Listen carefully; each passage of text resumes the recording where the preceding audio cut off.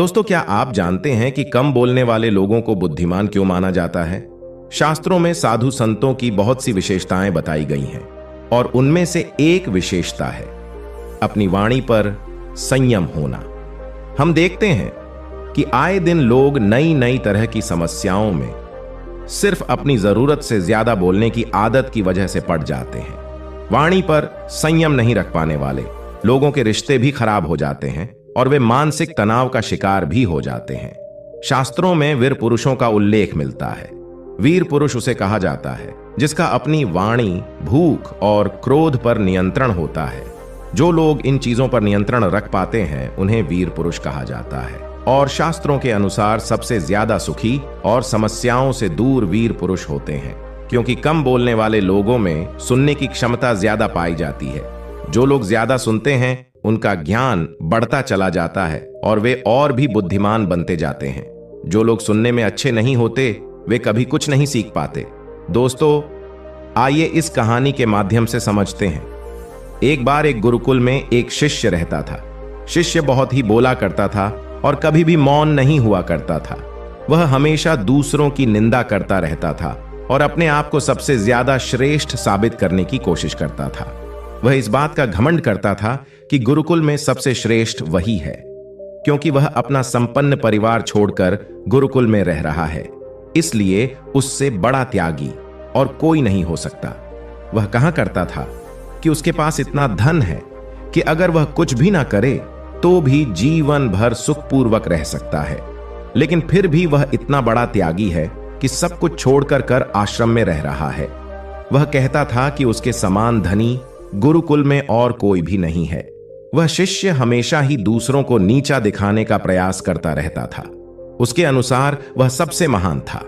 एक दिन गुरुजी ने सभी शिष्यों को अपने पास बुलाया, जिसमें वह शिष्य भी शामिल था।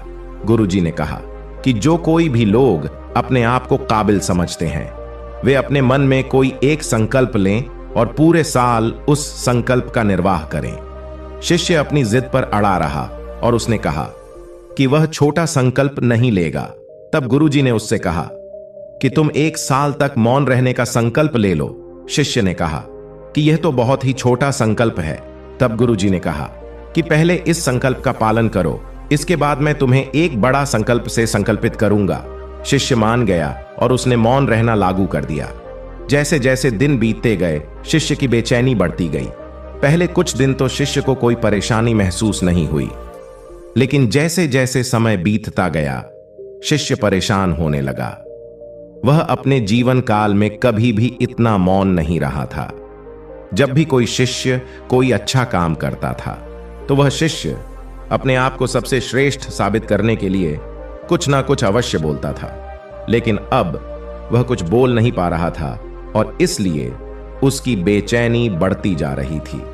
3 महीने तो वह किसी तरह मौन रहा, लेकिन इसके बाद वह गुरुजी के पास जाकर बोला कि अब मुझसे मौन नहीं रहा जाता, मैं यह संकल्प तोड़ रहा हूं। यह सब उसने गुरुजी को एक पर्ची पर लिखकर बताया। गुरुजी यह पढ़कर बहुत ही हंसे और उन्होंने कहा कि तुम तो अपने आप को सबसे श्रेष्ठ कहते थे, तो अब क्या हुआ? यह इतना संकल्प भी तुमसे पूरा नहीं हो पा रहा है।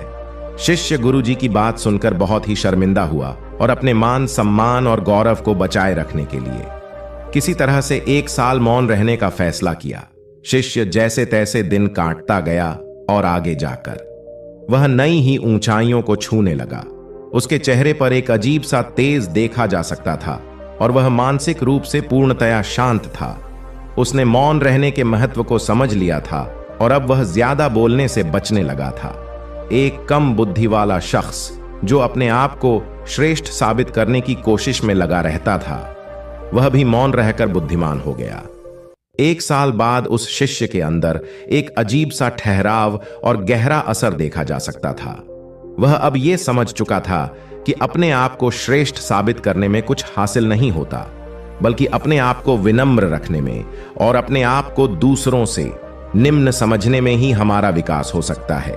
क्योंकि अगर हम अपने आप को श्रेष्ठ समझते हैं तो हम अपने विकास की ओर ध्यान नहीं देते, लेकिन अगर हम अपने आप को श्रेष्ठ नहीं समझते तो हमारे मन में लगा रहता है कि हमें अपने आप में सुधार करने की आवश्यकता है और इसलिए हम अपने आप को सुधार पाते हैं।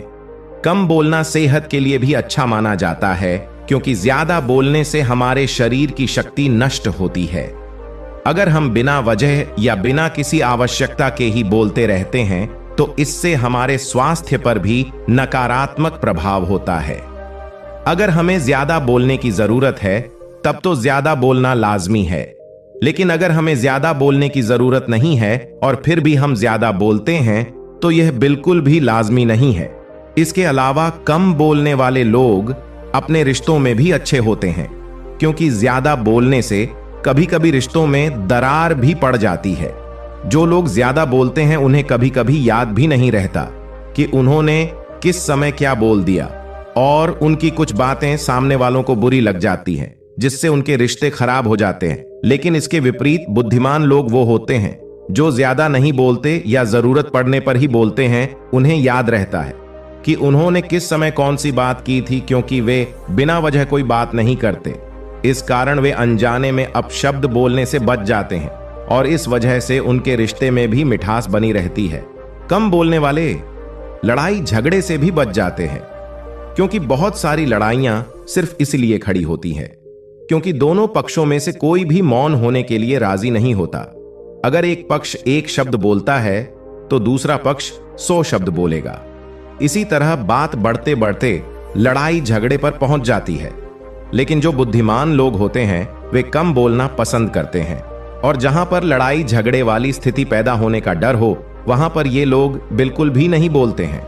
बुद्धिमान लोगों की यह निशानी होती है कि वे कम प्रयासों में ही ज्यादा फायदा प्राप्त कर लेते हैं।